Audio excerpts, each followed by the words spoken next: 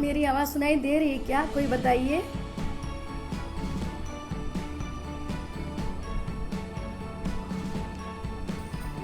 सबसे पहले सभी गुरुजनों को मेरा प्रणाम, बड़े दीदी भैया को मेरा प्रणाम, छोटों को प्यार और क्लासमेट्स को हाय।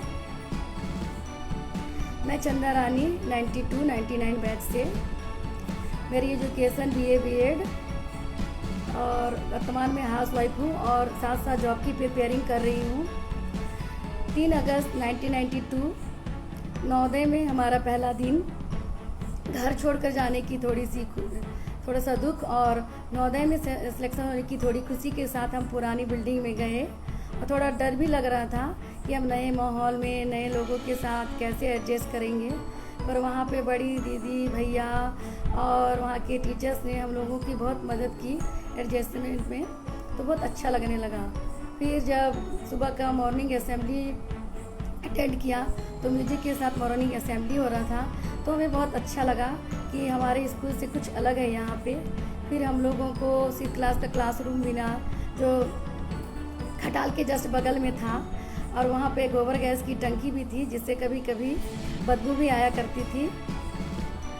उसके बाद लाइन लगाकर डाइनिंग हॉल में खाना खाने गए, वही डाइनिंग हॉल जो हमारा MP हॉल भी हुआ करता था।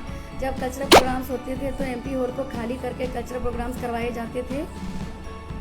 कल्चरल प्रोग्राम देखना मुझे बहुत अच्छा लगता था, अभी भी मैं कल्चरल प्रोग्राम्स को मिस करती हूँ। फिर रात को जब हम लोग खाना खाकर डिनर करके अपनी हॉस्टल की ओर जाने लगे तो टीचर्स ने बोला गर्ल्स लाइन लगिए, तंजानिया की तरफ रुख कीजिए। तो समझ में नहीं आया अब इतनी रात को कहाँ तंजानिया जाना है। फिर सीनियर दीदियों से पता चला कि हॉस्टल का नाम सुभाष सर ने तंजानिया रखा हुआ है। फिर हम लोग घर छोड़कर आए थे, तभी हम लोगों को वहाँ मन नहीं लगता था, तो हमें सिन्हा सर VCR और VCP हुआ करते थे उस टाइम, उसमें मूवी दिखाया करते थे कि हम लोगों का वहाँ पे मन लगा रहे। उसके बाद जब हमारे क्लास की लड़कियाँ रोया करती थी, मैं तो कभी नहीं रोती थी, पर जब रोया करती थी तो करम भैया हम लोगों को क्लासरूम में आते थे और चुप कराते थे और छोटी बहन की जैसे समझाते थे। इसलिए करम भैया से सबसे ज़्यादा परिचित हैं और अभी भी बिना डरे भैया से जो भी मन में आता है बोल देते हैं, पूछ लेते हैं। और एक बात जो हमारे बैच में थी वो ये थी कि हमारे बैच में गर्ल्स सबसे ज़्यादा थी।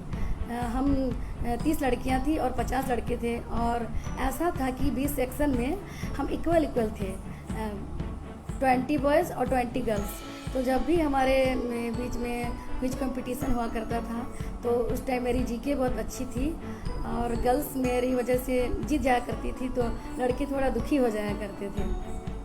फिर उस टाइम हमारे प्रिंसिपल डॉक्टर भरत सर थे, तो वो हम लोगों का इंग्लिश प्रोनाउंसिएशन का क्लास लेने आते थे, तो हमें डर लगा रहता था कि अब हमको उठाकर रीडिंग डलवाएंगे। तो जो हमारे क्लास का ध्रुव कुमार पांडे था वही हमेशा रीडिंग डालता था और हम लोग बच जाते थे। फिर जब लाइट चली जाती थी हम लोग कैंडल जलाकर पढ़ते थे, अपने घरों में लेटर लिखा करते थे, कैंडल्स ला देना, टॉर्च ला देना, छाता ला देना। उसके बाद गेम पीरियड में गेम खेलने के लिए जाते थे और सर लोग हम लोगों को कभी कभी स्वर्णरेखा नदी की तरफ भी दौड़ा कर ले जाते थे। और एक बात थी, जब बेर वाली वहाँ पे बेर बेचने के लिए आया करती थी तो हम लोग चुपके बेर खरीद के खा लेते थे।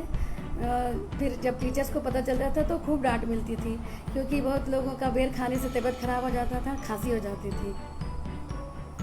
फिर जब गर्मी की छुट्टियों में हम घर जाते थे तो हमें नवोदय के बारे में बताना बहुत अच्छा लगता था, घर वालों को, बगल वालों को। और नवोदय का कोई बाहर मिल जाए तो खुशी का ठिकाना ही नहीं रहता था।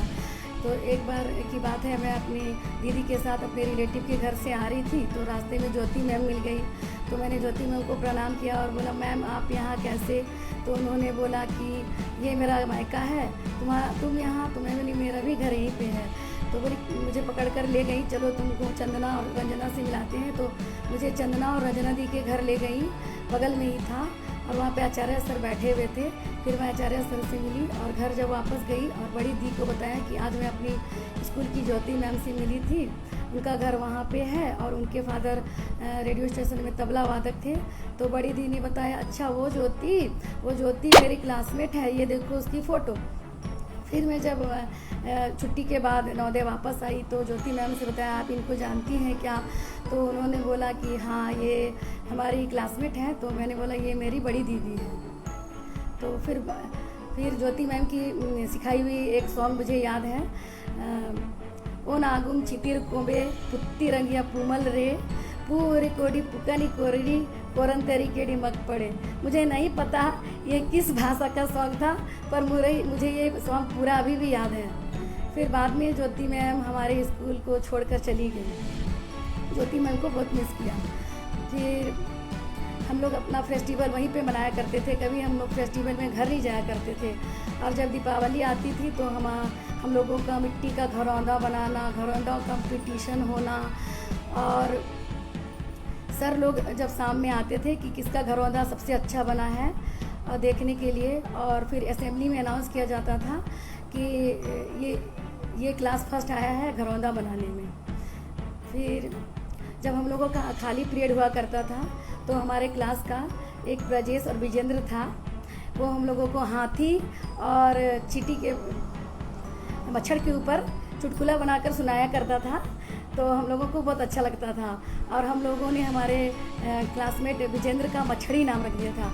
वो मच्छर के नाम से ही प्रचलित हो गया, और बहुत लोगों के निक नेम्स रखे गए थे, पर मैं नहीं बताऊंगी, सीक्रेट है। फिर धीरे धीरे हम लोगों को वहाँ पे मन लगने लगा। जब माया मैम को स्कूटी में आते हुए देखती थी तो लगता था एक सशक्त महिला का उदाहरण है, काश मैं भी स्कूटी चला पाती। खैर अब तो मैंने स्कूटी चलाना भी सीख लिया, पर उस टाइम यही फीलिंग आती थी मैम को देखकर। फिर जब रक्षाबंधन आते थे तो लड़कियां मुझसे मेहंदी लगवाया करती थी, क्योंकि मुझे मेहंदी लगाना पहले से आता था। तो लाइन लगाकर मुझे मेहंदी लगा दो, मुझे मेहंदी लगा दो, तो सबके हाथों में मेहंदी लगा देती थी। और मुझे याद है जब प्रमीला मैम हमारे जेएमवी को छोड़कर जा रही थी तो उन्होंने मुझसे अपने हाथों में मेहंदी लगवाया था। फिर एक रात की बात है, जब हम सुबह सुबह सोकर उठे और बेड के बगल में देखा एक मैम है, एक छोटा सा बच्चा है, तो पता चला कि वो हमारी एसएसटी की टोपो मैम है, जो अब हमारे स्कूल में उनका पोस्टिंग हो गया है, हमें एसएसटी पढ़ाएंगी। तो ये घटना भी हमारे साथ हुई थी। फिर हमारा नया स्कूल बनने लगा। उसके बाद हम लोग नए स्कूल को गेम पीरियड्स में देखने के लिए आते थे दौड़ दौड़ के। हम लोग थक भी जाते थे, पर खुशी होती थी कि हमारा नया स्कूल बन रहा है, अब हम लोग नए स्कूल में आएंगे।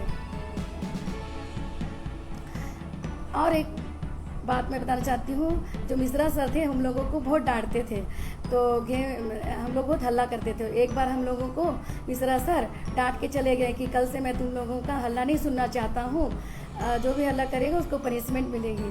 तो दूसरे दिन जब हमारे क्लास में मिश्रा सर आए तो देखा कि सब चुपचाप पढ़ाई कर रहे हैं, तो उनको राज की बात पता नहीं थी कि क्यों पढ़ाई कर रहे हैं। उस टाइम में एक चंद्रकांता सीरियल आया करता था, चंद्रकांता की कहानी। तो मेरे घर में वो चंद्रकांता वाला नॉवेल था कि मेरे पापा को नॉवेल पढ़ने का बहुत शौक़ था, तो चंद्रकांता संतति के सारे एडिशंस थे मेरे पास। तो मैं बोली कि रुक मैं घर से लेकर आती हूँ, सब लोग पढ़ना। तो फिर मैं लेकर गई थी, सारे लोगों ने बारी बारी से पढ़ा। और उस दिन जब मिश्रा सर क्लासरूम आए तो सबके मतलब स्टडी बुक के नीचे में वो चंद्रकांता संतति छुपा के रखे हुए थे और वही नॉवेल पढ़ रहे थे। फिर हमारे टाइम में वो रेड रिबन और वाइट रिबन लगाया करते थे हम लोग। जिसके बाल छोटे होते थे उन लोगों को भी रेड रिबन लगाना कंपलसरी था। वो छोटी सी 25 पैसे की कॉइन आती थी, उस पर हम लोग रिबन को बांधकर उसके किनारे किनारे गोल सा फूल बनाकर उसको हेयर बैंड में बांधकर और सर पे लगाते थे। किसी का भी सर बिना रिबन के नहीं होता था। तो अब तो रिबन का सिस्टम ही ख़त्म हो गया, चेंज हो गया रूल्स। हमारे टाइम में मेघालय में माइग्रेशन हुआ करता था, तो मैं और मेरी क्लासमेट गुड़िया थी, हम दोनों ने मेघालय जाने के लिए एप्लीकेशन दिया और हम लोग मेघालय चले गए। पर हमारे बैच से 8 लड़कियों का सिलेक्शन हुआ था। एक आशा थी जो मेघालय नहीं गई और उसको स्कूल छोड़कर जाना पड़ा, तो बहुत दुख लगा कि वो स्कूल छोड़कर चली गई, मेघालय नहीं जा पाई इसकी वजह से। फिर जब हम लोग मेघालय में गए तो वहाँ पर वातावरण देखा तो बहुत ही अच्छा लगा, हरा भरा सब कुछ। पर जब वहाँ गए तो हम लोगों ने अपने जर्मनी को बहुत मिस किया, क्योंकि हमें रोटी खाने की आदत थी और हमें वहाँ पे रोटी नहीं मिलती थी, हमेशा चावल ही मिलता था। और जो लड़कियाँ थी वो लोग क्या करती थी, छिपकली पकड़ कर हम लोगों को डराया करती थी, तो बहुत डर लगता था, तो हम लोग चुपचाप रहते थे। फिर किसी तरह हम लोग वहाँ पे एडजस्ट किए, और जो वहाँ पे मार्केट था उसका नाम स्वेल रखा था वहाँ की लड़कियों ने, और प्रिंसिपल सर का बेटा भी आशीष हमारे साथ पढ़ता था। फिर एक घटना हमारे साथ हुई, वो ये थी कि जो हमारे बैच वाले रांची नवोदय आए थे मेघालय से, उन लोगों ने यहाँ पे झगड़ा कर लिया और वो लोग वापस चले गए। तो जब वो लोग वापस गए तो हमें बहुत डर लगने लगा कि अब हमारे साथ कुछ भी हो सकता है, हमें भी वापस भेजा जाए। तो हम लोगों ने सर को एप्लीकेशन दिया, फिर हमारा परमिशन मिल गया, तो हम और हमारे पहले वाले बैच जो दीदी भैया लोग गए थे सारे कोई वापस आ गए। और उसके बाद हमारा वहाँ से मतलब माइग्रेशन ही बंद हो गया। फिर पता नहीं कब माइग्रेशन शुरू हुआ, मुझे नहीं पता। उसके बाद हम लोग तो जब 8 क्लास में थे तो पुराने बिल्डिंग से ही मेघालय के लिए चले गए थे, लेकिन जब वापस आए तो हम नए बिल्डिंग में आए तो बहुत अच्छा लगा कि यहाँ पे बहुत ज़्यादा स्पेस था। और पुरानी बिल्डिंग में पानी की बहुत प्रॉब्लम हुआ करती थी, और हम लोग कुआं से कितनी बार पानी भर भर के कपड़े धोया करते थे, अपनी यूनिफॉर्म धोया करते थे। तो यहाँ पे हम लोगों की डॉर्मेट्री के आंगन में ही चापाकल लगा हुआ था, तो यहाँ पे बहुत अच्छा लगा। फिर बड़ा म्यूजिक रूम, आर्ट रूम, ये सब देखकर बहुत अच्छा लगा। फिर और एक मैं बात बताना चाहती हूँ, हम लोगों ने हम गर्ल्स लोगों ने एक सीक्रेट वर्ड बना के मतलब लैंग्वेज बना के रखा था। तो जब हम लोग क्लासरूम में जाते थे तो हम लोग अपना जो लैंग्वेज बना के रखे थे सीक्रेट वर्ड, उसी में बात करते थे ताकि लड़कों को समझ में नहीं आए। और कई बार लड़कियां लड़कों के बारे में भी बात करती थी उस सीक्रेट लैंग्वेज में, और लड़कों को समझ में नहीं आता था तो बहुत हंसी आती थी। तो एक मतलब यादगार पल था जो हमारे साथ था। फिर इन सुनहरी यादों के साथ हम लोग पास आउट होकर नवोदय से निकल गए। नवोदय से निकलने के बाद हमारे साथी वहीं पे छूट गए। जो नवोदय जाने के पहले जो हमारे फ्रेंड्स थे वो नवोदय जाने की वजह से छूट गए थे, और जब नवोदय से निकले तो नवोदय से निकलने के बाद हमारे साथ मतलब हमारे फ्रेंड दोस्त सब वहीं रह गए। तो हमें बहुत ख़राब लगा कि हम वहाँ पे एक परिवार के जैसे रहते थे, सारे फेस्टिवल्स मौज मस्ती करना, तो बहुत अकेलापन सा लगने लगा। उसमें तो सबके लैंडलाइन नंबर हुआ करते थे और सबके घर में टेलीफोन भी नहीं हुआ करते थे, तो सबसे संपर्क टूट गया। तो फिर बहुत ख़राब महसूस होने लगा कि कोई फ्रेंड मिल जाते। फिर बहुत सारी चीज़ सीखना चाहते थे तो कुछ समझ में नहीं आता था कहाँ जाएं। फिर नए माहौल में एडजस्ट किया। फिर एक दिन कॉलेज में मुझे चंद्रावती से मिल गई, तो पता चला कि चंद्रावती भी मेरे घर साइड से आती है। तो फिर मैं और चंद्रावती साथ में कॉलेज से घर आने लगे। फिर उस समय मतलब कोई गाइड करने वाला नहीं था, तो मैजिक आज सीखना चाहती थी, पर हमारे पास कोई प्रूफ नहीं था कि हम लोगों ने म्यूजिक का इतना कोर्स किया है या ड्राइंग का इतना कोर्स किया है तो हमें आगे सीखना है। और हमारे पास कोई सर्टिफिकेट नहीं था प्रूफ के लिए कि हम लोगों को इसके आगे सिखाया जाए। तो फिर मैंने ग्रेजुएशन के साथ साथ एनसीसी ले रखी थी, और क्योंकि मुझे पता था मेरे घर की फाइनेंशियल प्रॉब्लम है थोड़ी और मुझे कुछ बड़ा कोर्स करने के लिए पैसे नहीं दिए जाएंगे, तो फिर मैं ब्यूटिशियन का कोर्स करने लगी। और मेहंदी लगाना तो मुझे पहले से आता था, फिर मैं दुल्हन के हाथों में भी मेहंदी लगाई। फिर मैंने टाइपिंग सीखा, शॉर्ट हैंड सीखा, flower making, software making, jewellery making, embroidery, बुनाई, स्टिचिंग, जो भी मेरे से संभव हो सका सीखती गई। और ये जो सब कुछ सीखा था वो मेरे बाद में बहुत काम आया। जब मैं ग्रेजुएशन कर रही थी वोकेशनल कोर्स में मैंने ब्यूटिशियन रखा, और मुझे अलग से उसके लिए कोई टाइम नहीं देना पड़ा, और मेरा इजीली वो हो गया, और मैं अपने मेन सब्जेक्ट के तरफ फोकस कर सकी। और उसके बाद जो स्टिचिंग, एम्ब्रॉयडरी वगैरह सीखे थे वो सब मेरे बीएड में काम आए। जब मैं बीएड कॉलेज में सब कुछ सिखाया जाता था तो मैं सब कुछ इजीली कर ली। और जब वोकेशनल कोर्स में एक सब्जेक्ट रखा था तो मैंने स्टिचिंग रखा, और मेरी स्टिचिंग की कॉपी इतनी अच्छी थी कि एक्सटर्नल जो आए थे विनोबा भावे यूनिवर्सिटी से, वो मेरा कॉपी उठा कर ले गए और बोला कि ये जो कॉपी है वो मैं एमएड वालों को दिखाऊंगा कि एक्चुअली में स्टिचिंग की कॉपी ऐसे बनाई जाती है। तो मेरा ये सब बताने का ये मकसद था कि अगर आपके लिए एक रास्ता बंद हो जाए तो आप दूसरा रास्ता अपने लिए ढूंढ सकते हैं। जब भी जहाँ भी जो भी मौका मिले वो सीखते जाइए। कोई भी चीज़ सीखा हुआ व्यर्थ नहीं जाता है और हमेशा उसका यूज होता है। भले ही किसी की नज़र में इसका कोई भी यूज ना हो, लेकिन मैं समझती हूँ मेरे लिए ये क्या मायने रखता है, क्योंकि अभी जब छोटे छोटे से काम के लिए मुझे टेलर के पास नहीं जाना पड़ता, और जब मेरी ज्वेलरी टूट जाती है तो मैं खुद ही ठीक कर लेती हूँ। तो कोई भी काम छोटा या बड़ा नहीं होता। अगर कोई बहुत बड़े पोस्ट में भी है तो वो भी पूरी तरह से परिपूर्ण नहीं है। अरुण गौर, अच्छा एक और बात मुझे याद आई नवोदय की, एक बार टीचर्स और स्टूडेंट्स में क्रिकेट मैच हो रहा था, तो जब अरुण गौर सर की बारी आई बैटिंग करने के लिए, तो हम लोगों ने सोचा कि अब तो सर बहुत बैटिंग करेंगे, चौका और छक्का लगाएंगे। लेकिन जब सर ने बैट उठाया बैटिंग करने के लिए तो उनका बैट ही फेंका गया। तो बहुत हंसी आई कि सर बैटिंग ही नहीं कर पाए।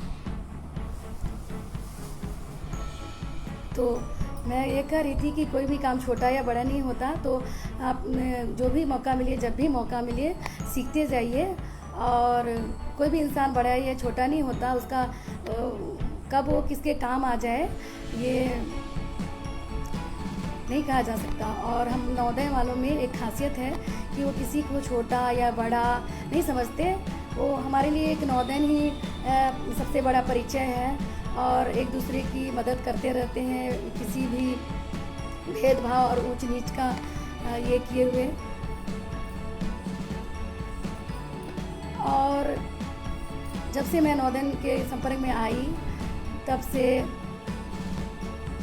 चौरसिया भैया के से बहुत हेल्प ली हूँ, और उन्होंने हमेशा मेरे मदद की है। तो मैं दिल से चौरसिया भैया का, राजीव चौरसिया भैया के आभार। और जब भी मुझे अपने लिए, अपने रिलेटिव के लिए परमानंद मुन्ना भैया से मदद मांगा, उन्होंने निस्वार्थ भाव से मेरी मदद की। और भी सारे नवोदय से जब भी मैंने जिस भी काम के लिए हेल्प मांगी तो उन्होंने मुझे हेल्प किया है। हाँ, एक बार की बात है, संतोषी भी बीएड कर रही थी, तो उसको मतलब कुछ असाइनमेंट मिला था कि रुमाल बनाना है। तो उसने मुझे हेल्प किया थी, फ़ोन किया कि दीदी मुझे नहीं आ रहा है रुमाल में फूल कैसे बनाऊं। तो मैंने उसे ऑडियो कॉल में ही बताया कि ऐसे नीडल डालना और ऐसे बनाना, तो फिर वो बना ली। तो हम नवोदय वाले हमेशा एक दूसरे की निस्वार्थ भाव से मदद करते रहते हैं। यही एक बात हमें और लोगों से अलग करती है। तो एक दूसरे की मदद करते रहिए, एक दूसरे से जुड़े रहिए। जब से मैं अपने नवोदय वाले से संपर्क में, जब नवोदय वाले संपर्क में नहीं थी तब मेरा बहुत टेंशन और अंधकार में जीवन हुआ, बहुत सारे प्रॉब्लम्स आए, तब मुझे बहुत हेल्प की ज़रूरत पड़ती थी। पर हर बात अपने गार्जियन से नहीं बोले जा सकते, तब लगता था कि कोई मेरे दोस्त होते जिनसे मैं ये बातें शेयर करती और कोई गाइडलाइंस मिलता तो शायद मैं कुछ और कर पाती। अभी जो छोटी बहनें पास आउट हो रही हैं उसके लिए एक फ़ायदे की बात है कि वो पहले से ही अपने सीनियर दीदी भैया लोगों से संपर्क में आ रही हैं ताकि उनको सही गाइडलाइन मिल सके। तो जब से मैं अपनी फ्रेंड्स से संपर्क में आई हूँ तब से मैं उन लोगों से हमेशा बात करती रहती हूँ, उनके प्रॉब्लम को समझते रहती हूँ और अपने उन लोगों के बारे में ज़्यादा से ज़्यादा जानने की कोशिश करती रहती हूँ। अपने व्यस्त भरी मतलब काम से, ऐसा नहीं कि मैं बहुत फुर्सत में रहती हूँ, पर अपने घर के कामों से टाइम निकाल कर अपने दोस्तों से बात करते रहती हूँ, एक दूसरे का प्रॉब्लम समझते रहती हूँ। और इसीलिए मैं कहती हूँ कि आप एक दूसरे से जुड़े रहिए। शायद आपको लगता है कि आपका प्रॉब्लम सबसे बड़ा है, पर जब आप एक दूसरे से बात करेंगे तो पता चलेगा कि शायद सब घर की यही कहानी है। और शायद मेरा गम तब दुनिया का गम देखा एक गाना है कि दुनिया में कितना गम, मेरा गम कितना कम। तो जब भी कोई मुसीबत हो, हिम्मत मत हारिए और हिम्मत से काम लेते रहिए। और मैं अपनी छोटी बहनों से खासकर ये बात बोलना चाहती हूँ कि जो गर्ल्स होती हैं उन लोगों को बहुत कम टाइम मिलता है अपने करियर को बनाने के लिए, क्योंकि जब थोड़ी बड़े होते हैं तो उन लोगों के ऊपर दबाव आने लगता है शादी का, पेरेंट्स की तरफ से और रिलेटिव की तरफ से। तो उनको अपना एक घर से दूसरा घर संभालना होता है, इसलिए उन लोगों को ज़्यादा अपने पैरों पे खड़े होने की ज़रूरत है। और उनके लिए फ़ायदा है ये है कि अब उन सीनियर दीदी और भैया लोग से उनको अभी हेल्प मिल सकता है। तो जब भी कोई मुसीबत आए अपनी किसी दीदी भैया से अपनी बातें शेयर कीजिए। और संतोषी जब से मेरे संपर्क में आई है तब से मैं उससे बातें करती रहती हूँ। और इसी बातों के दौरान संतोषी ने मुझे बताया कि हमारे ये स्कूल की एक जूनियर है, उसके शादी नहीं हो रही है दहेज की वजह से, क्योंकि उसके पापा के पास दहेज देने के लिए पैसे नहीं हैं। तो मुझे बहुत दुखी लगा, मुझे बहुत दुख हुआ ये बात सुनकर कि आज इतना पढ़ा लिखा माहौल में और इस वातावरण में ये बुराई समाज में अभी तक फैली हुई है। ना जाने कितनी बहनें और बेटियां इस बुराई का शिकार हो रही हैं।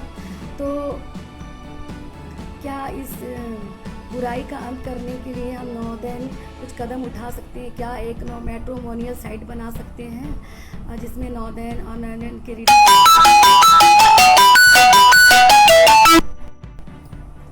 नौदैन के रिलेटिव्स के लिए रिश्ते ढूंढ सकते हैं। मुझे बहुत बुरा लगा ये सुनकर कि दहेज की वजह से हमारी एक बहन का शादी रुक गया है। तो मैं अपने नौदैन भाइयों से रिक्वेस्ट करती हूँ कि इस जो दहेज वाली बुराई हमारे समाज में फैली हुई है उसकी अंत करने की शुरुआत करें। अगर हम एक परिवार शुरुआत करेगा तो दूसरा परिवार भी सुधरेगा। और किसी भी चीज़ की शुरुआत हमारे सबसे पहले परिवार से करते हैं, तो इसकी शुरुआत नवोदय परिवार से की जाए। एक परिवार बदलेगा तो एक समाज बदलेगा और समाज के साथ साथ हमारा देश बदलेगा और इस दहेज जैसी कुरीति और बुराई का अंत होगा।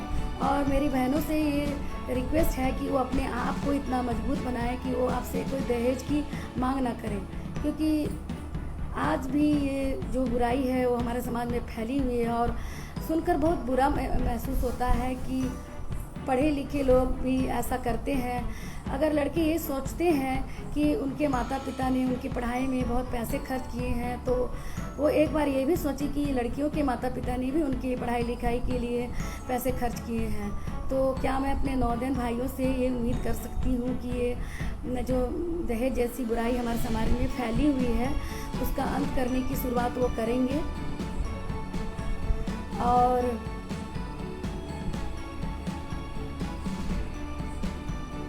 इसके लिए कोई बड़ा कदम उठाएंगे नवोदय परिवार की ओर से। ये मेरा लाइव सेशन पहली बार है तो मुझसे बहुत गलतियां हुई होंगी, तो उसके लिए मैं बहुत क्षमा प्रार्थी हूँ आप लोगों से। और उदित को बहुत बहुत थैंक यू, धन्यवाद। उदित की जिद की वजह से आज मैं लाइव सेशन में आई और अपनी बचपन की यादों को ताज़ा किया और अपने विचारों को व्यक्त करने का मुझे मौका मिला। और ये जो हम लाइव सेशन कर रहे हैं वो लाइव सेशन इसी तरह चलता रहे और कुछ सीखने के लिए हमें मिलता रहे, बड़े दीदी भैया और जूनियर से भी। और मैं पुनः अपने गुरुजनों को धन्यवाद देती हूँ, अपने बड़े भैया और दीदी को धन्यवाद देती हूँ और अपने क्लासमेट को भी धन्यवाद, जूनियर्स को भी धन्यवाद कि वो लोग मेरी बातों को इतनी देर तक सुने। और अपना ख्याल रखिए, एक दूसरे से जुड़े रहिए और एक दूसरे से अपनी बातें शेयर करते रहिए। टेंशन में मत रहिए, डिप्रेशन में मत जाइए। सबको शुभ रात्रि, गुड नाइट, टेक केयर।